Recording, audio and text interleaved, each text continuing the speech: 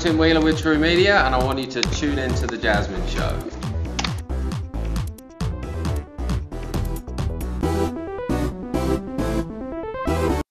I wake up every morning with a mission. Thank the Lord for everything that I was given. Only give energy to positive things. Focus on the joy the day will bring. And now I'm looking better. Right now, I'm feeling better. Right now, I'm living better. Right now, so turn it up if you feel me right now. Right, looking better. Right now, I'm feeling better. Right now, I'm living better. Right now, so turn it up if you feel me right now. Right now, I'm looking better. Right now, I'm looking better. Right now, I'm feeling better. Good evening, and thank you for joining The Jazmyne Show. This is the season premiere, and we are so happy you're with us this evening. It kind of feels like an episode of Catfish, right? We've been Facebooking, tweeting, on Instagram together, but now we're both finally here. So without further ado, let's talk. All the time as we grow, we learn more about ourselves. We learn what we like, what we don't like, what's comfortable and what's uncomfortable. But the thing about it is that's natural, it's normal. But it can become scary when we pressure ourselves with the fear of failure and perfection. So today we have a special guest who will be discussing this with us and talking about how he found his way through the barriers of failure and perfection. But before we discuss that, let's talk some health in Hollywood and some health in news. Recently, we had the Ebola epidemic in West Africa. Thus far, World Health Organization states that there have been over 2,400 suspected cases. They stated that this outbreak, the magnitude of it, is actually underestimated due to a lack of reporting. They stated that maybe a lot of the family members may be hiding their loved ones who could possibly be infected with the disease. Meanwhile, here in the U.S., we've had 2 citizens who were brought in with the Ebola virus, and happy to say they were released from the hospital in better health. They were infected while they were in West Africa. What's good about it is that the serum used, it had never been tested. However, thus far, it has shown some success. As we convert to health in Hollywood, Hollywood lost one of its brightest stars in Robin Williams this summer. He was going through some things, according to his family, after his show was canceled, and it sent him back to rehab. We will definitely miss him, and we wish his family and his friends nothing but the best. When we come back from break, we'll talk further about failure and perfection and its impact on the lives of us all. Now I'm looking better. Right now, I'm feeling better. Right now, I'm living better. Right now. Look under your bed. Find stuff under there? What about jobs? No? Now try your closet. Still no jobs, just more stuff? Well, you really have both. See, stuff is defined as household articles considered as a group. Sometimes this stuff is no longer needed. Wait, no longer needed? That can't be right. Because remember those jobs you were looking for? Those are really needed. And they're the stuff inside your stuff. Our job is to unlock those jobs. And it starts when you donate your stuff to your local Goodwill. Here's how we do it. When you donate to Goodwill, we sell your stuff to provide job training for people right here in your community. So just by teaming up with Goodwill, you help create jobs. And isn't that worth parting with the leftover keytar from your 80s cover band? Goodwill. Donate stuff, create jobs.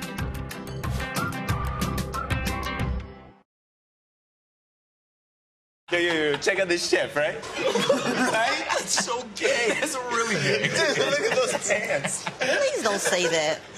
What? Don't say that something is gay when you mean that something is dumb or stupid. It's insulting. It's like if I thought this pepper shaker was stupid and I said, man, and this pepper shaker is so 16-year-old boy with a cheesy mustache.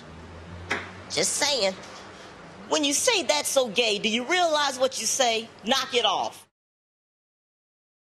Being a dad can be tough. No. What do you mean she's not coming? When's the fairy princess coming. Any minute now. But when you're willing to do anything, It is I, Grooves Zinklebell. Okay, time for cake. it's always worth it. I know it's really you, Gru. I'm just pretending for the other kids. The smallest moments can have the biggest impact on a child's life. Take time to be a dad today. Call 877-4DAD-411 or visit fatherhood.gov.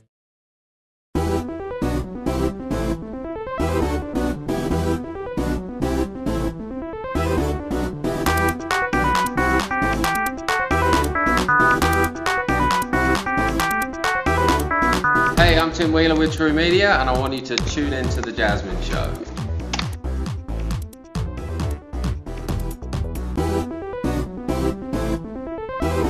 Take a look under your bed. Find stuff under there? What about jobs? No? Now try your closet. Still no jobs, just more stuff? Well, you really have both. See, stuff is defined as household articles considered as a group. Sometimes this stuff is no longer needed. Wait, no longer needed? That can't be right. Because remember those jobs you were looking for? Those are really needed. And they're the stuff inside your stuff. Our job is to unlock those jobs. And it starts when you donate your stuff to your local Goodwill. Here's how we do it. When you donate to Goodwill, we sell your stuff to provide job training for people right here in your community. So just by teaming up with Goodwill, you help create jobs. And isn't that worth parting with the leftover keytar from your 80s cover band? Goodwill. Donate stuff, create jobs. Now I'm looking better. Right now, I'm feeling better. Right now, I'm living better. Right now, so turn it up. Welcome back to The Jazmyne Show. I'm your host, Jazmyne Simmons, and today we'll be discussing the fear of failure and perfection. We have with us a special guest, Mr. Brandon Moten, who will be speaking from his experience and giving some advice of how to break through those barriers. So welcome to the show, Brandon. We are so happy to have you join us to talk about something that's very pressing that affects everyone. Everyone is afraid of failure. Everyone wonders if they'll ever perfect anything. So thank you today for coming and sharing your experiences with us. Jazmyne, thank you so much. I'm so honored and privileged to be here to discuss an important topic that is affecting a lot of us. So let's talk, okay. So we have this thing, we have the worry of not doing things right, or are we pleasing this person or that person? What is your take on failure and perfection and how it impacts us? Well, for me, failure is preparation for success. You know, I think society has a way of just making it seem like failure is such a bad thing, but is it really, really a bad thing? Right. Failure just, helps us to get to where we want to go. Stepping stones, just helping us learn those things that we would like to know. And I know I heard a little bit about your story through a seminar, and you talked about your experiences with adjusting to just growing pains, growing into yourself, being able to be free with who you are. How did the worries of acceptance impact you? It weighed on me heavily. I mean, I thought about what people would think about me. I thought about what my family may have thought about me, how I would be judged in school, if I would be able to get a job. It weighed on me heavily, which, took me, into some very, very, took me through some trying times, to be quite honest. But it definitely weighed on me heavily, on my mental conscience as well. And I read that with LGBT community, that oftentimes not being accepted, feeling alone, can lead to dark moments, depression, even like substance abuse or alcoholism to cope with whatever the circumstances are. Have you had those experiences, and what would be your advice for coming through those times? Yeah, well, I actually did have that experience, and as you know, like at one point I was, addicted to alcohol and other substances to try to, ease the pain. And it is something that is very prevalent amongst the LGBT community, especially the younger, LGBT people who are coming out and adjusting because they're trying to fill that void. And you know, it's very, very tough. It's very, very tough. And for me, as you know, I experienced that with alcohol, and it took me to some very, very dark places. I suffered from anxiety and loads of depression, and it took me a while to actually get out of that. And what would you say was the key to moving past that? Was it realizing that, okay, if this is who I am, I have to accept me first, or if this is who I am, I know my family will care for me the same? What was it that actually helped bring you out of that depression? Honestly, it was a lot of encouragement from friends. My friends really played a major role into helping me to like come to terms with who I was, to be comfortable in my own skin.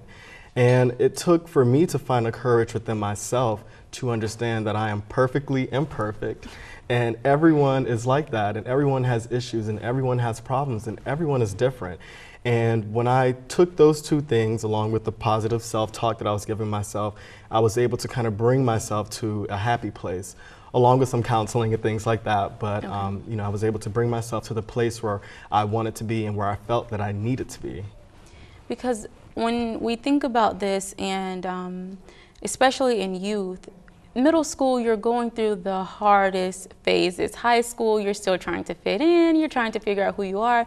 And those are so many other issues that come into play.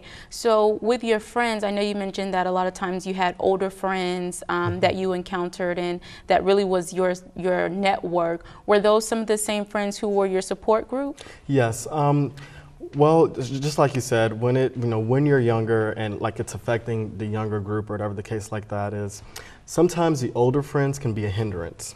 Okay. They can either be a hindrance or it can be positive. Sometimes the older friends can introduce you and expose you to things that you never experienced before because you're hanging with an older crowd.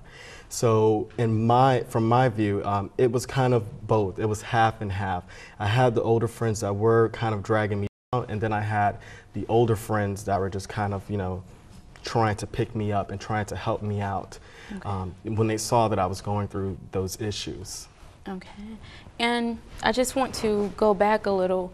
When you said that sometimes you felt like maybe in a depression, was it feeling like you were alone, or, was it really just the concerns of what people will think? What really, when you think about it, what guided you to those dark moments? Yeah, it was just basically mounting pressure from just thinking what people would think about me, just being concerned all around about things, just how would people perceive me.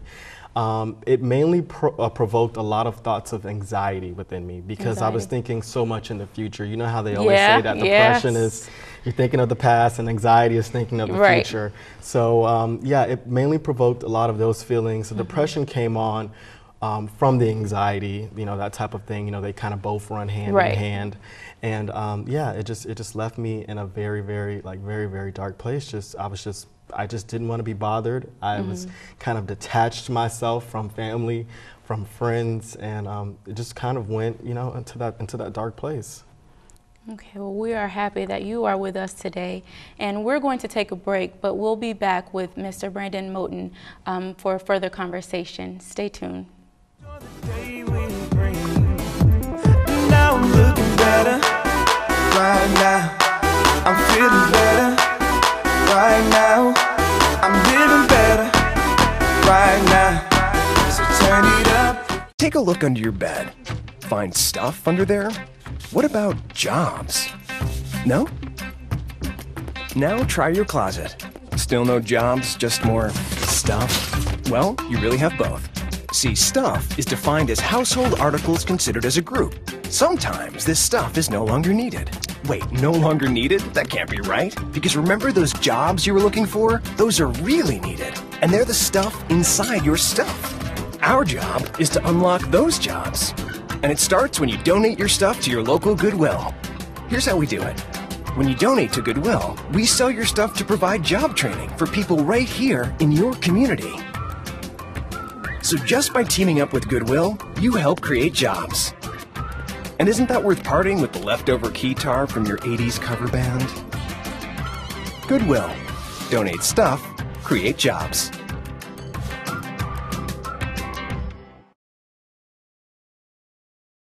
being a dad can be tough. No. What do you mean she's not coming? When's the fairy princess coming? Any minute now.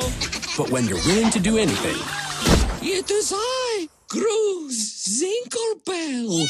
Okay, time for cake. it's always worth it. I know it's really you, Drew. I'm just pretending for the other kids. The smallest moments can have the biggest impact on a child's life. Take time to be a dad today. Call 877-4DAD-411 or visit fatherhood.gov.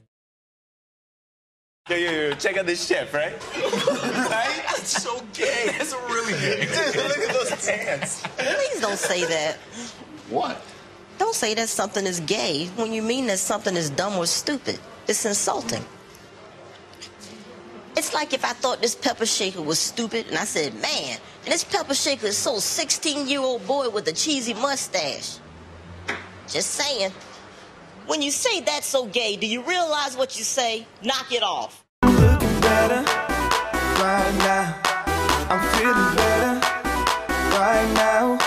I'm living better right now. Welcome back to the Jazmyne Show. If you're just tuning in, we've been talking with Brandon Moten, and we're discussing the fear and the pressures of failure and of perfection. So before break, you discussed your experiences as well with your friends and how they were of support. What were your experiences in school with others as far as bullying or being teased or harassment? What were your experiences there? Well, in middle school, it was very tough. Middle school was a very, very tough time for me. I can recall that. A lot of the kids there weren't very accepting and stuff like that, and I wasn't ashamed of who I was then. So I did experience a lot of bullying, and that also contributed to me having that depression and everything of that sort. But it was very, very rampant. It was ongoing. When I kind of transitioned to high school, it let up, but it was still there. It still had its face, right there. Were any of your friends, did they identify as LGBT as well? Did that help once you got into high school, having a bigger crowd? By high school, kind of knowing what you like or what you don't? Did that help a little bit, or what was it that lightened the load in high school? Well, surprisingly, my friends, they were all straight. They weren't. Yeah, I really didn't have a whole, lot of gay friends then in high school. So it was actually straight people who were actually helping me out through my transition and helping me to come to terms with who I was. Luckily for me, the high school that I attended was very, very warm and welcoming. Okay. They even had, they had resources for LGBT identifying, children in school and kids to go to. We had our own meetings and things like that, and that also contributed to the friendly environment, as to going to a school where they didn't have that outlet for LGBT kids. So you had your own support group. Once you entered high school, you had a support group, and that's very important. And that's important not just identifying as LGBT. That's important if there's an illness or anything. There are a lot of different support groups depending on circumstances, and they have been proven to be very helpful. What was your transition like? I know you mentioned coping with alcohol and substance abuse. How did you transition into having positive coping mechanisms, and what were some of those coping mechanisms? Definitely finding an outlet. Finding an outlet for me was very, very essential, and I did that with the help of my sister and my mother because I felt like I didn't have an outlet. I'm bottling up all these feelings, but where am I putting them? Where am I releasing all of that? So just by identifying an outlet, that was one source. I mentioned earlier, the self-talk, the positive self-talk. I did a lot of that, and as crazy as it sounds, I would stand inside of my bathroom and talk to myself and just to tell myself, you are just fine the way you are. Sometimes we need to remind ourselves of that. Also counseling, to led to the identification of those issues. I can identify exactly the issues that were contributing to me feeling the certain ways that I did, and that really helped. So those are kind of the three main things that helped me along with my transition and to kind of help me feel comfortable in my own skin. Okay, so we discussed your transition in middle school. We discussed high school. What were your experiences in college, specifically undergraduate school? That's a good question. In college, I'm pretty sure you know how it is. It was actually, that's when I actually felt free. Okay. I felt like I could be who I was. I didn't have to worry about it. I'm 400 and something miles away from home. I have new friends. I'm meeting new people. College definitely molded me to be firm and to just understand exactly who I was. I took a couple of classes at FSU on gay politics, and I kind of educated myself on the gay movement and, you know, just those types of things. But college was actually an amazing experience for me, and it, like I said, you know, it definitely molded and forged that path for me to be where I am today. And it's interesting that you mentioned that, because I've heard someone say in elementary, middle, and high school, you have peer pressure. But when you get into college, you have yourself as the pressure, because you're constantly worrying yourself. It's not so much of everyone pushing you into doing things. Now it's, okay, I have the freedom and I am doing things. But in your case, your freedom was needed, and it assisted you in growing and blooming into who you are. So my question would be to you, to the middle schoolers, to the high schoolers who are trying to find their way, whether they're LGBT or if they're unsure, or even if they just feel they aren't fitting in for whatever reasons, what would be some of the suggestions? Give them some do's and don'ts. You've experienced the dark moments, and you're experiencing your joy and your truth. Can you just shed some light on those things? Yeah. I would say do be yourself. It's very, very important to be yourself and to come to terms with who you are. You know, do choose the right people to be around. You know, you want people that are going to encourage you and not hinder you. You know, just as we talked about earlier with the older people who are in my life, you know, you want those positive people. I would say don't let what other people have to say about you, you know, be the determining factor in where you're going to go in life.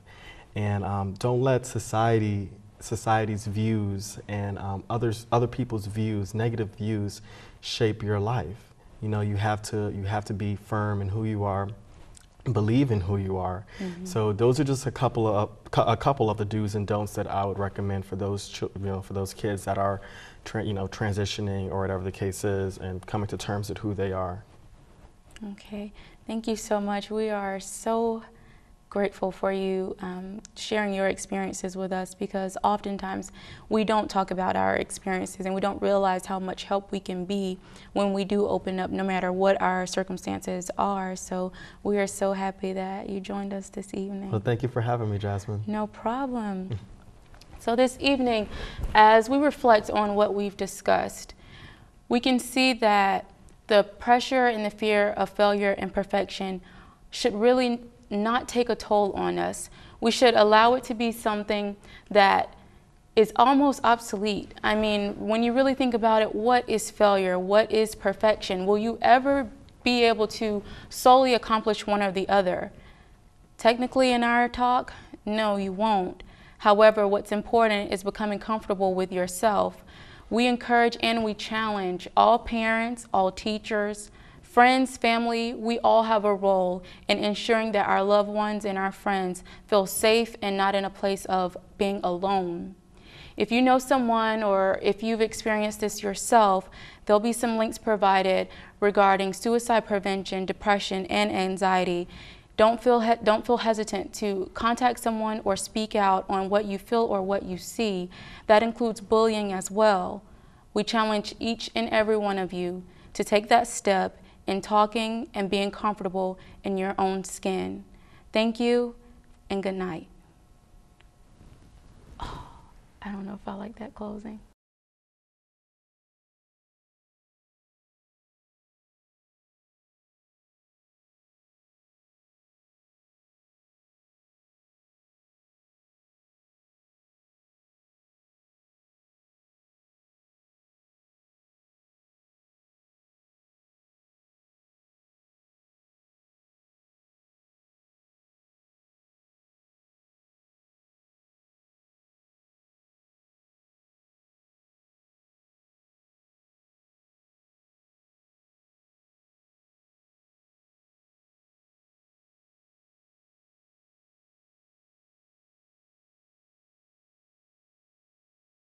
For more information on bullying and suicide prevention, visit the websites below.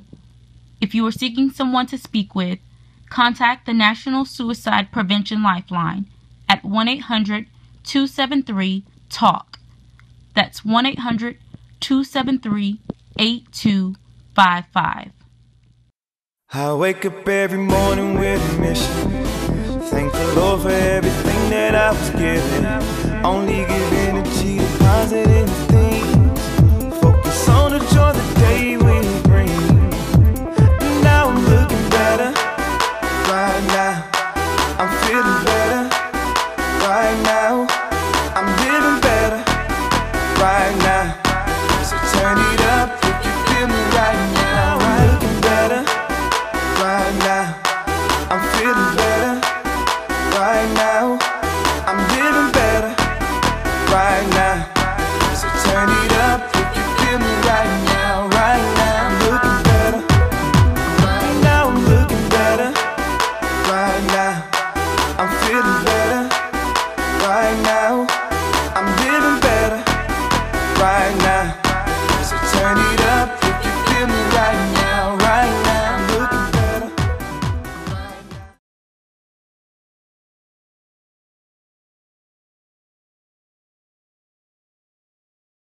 Take a look under your bed. Find stuff under there? What about jobs? No?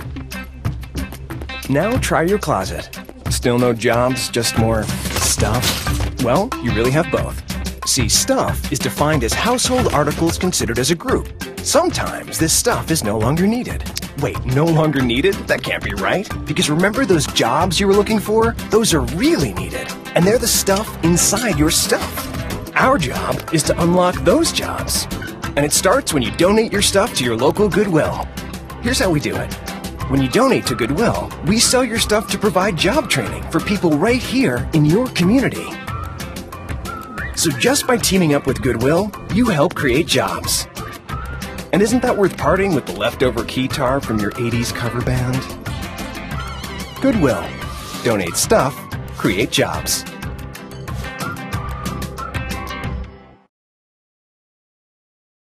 Yo, check out this chef, right? Right? That's so gay. That's really gay. Look at those pants. Please don't say that. What? Don't say that something is gay when you mean that something is dumb or stupid. It's insulting. It's like if I thought this pepper shaker was stupid and I said, man, and this pepper shaker is so 16-year-old boy with a cheesy mustache. Just saying. When you say that's so gay, do you realize what you say? Knock it off. Being a dad can be tough. No. What do you mean she's not coming? When's the fairy princess coming? Any minute now. But when you're willing to do anything, It is I, Cruz Zinkelbell. Okay, time for cake. it's always worth it. I know it's really you, Drew. I'm just pretending for the other kids. The smallest moments can have the biggest impact on a child's life. Take time to be a dad today. Call 877-4DAD-411 or visit fatherhood.gov.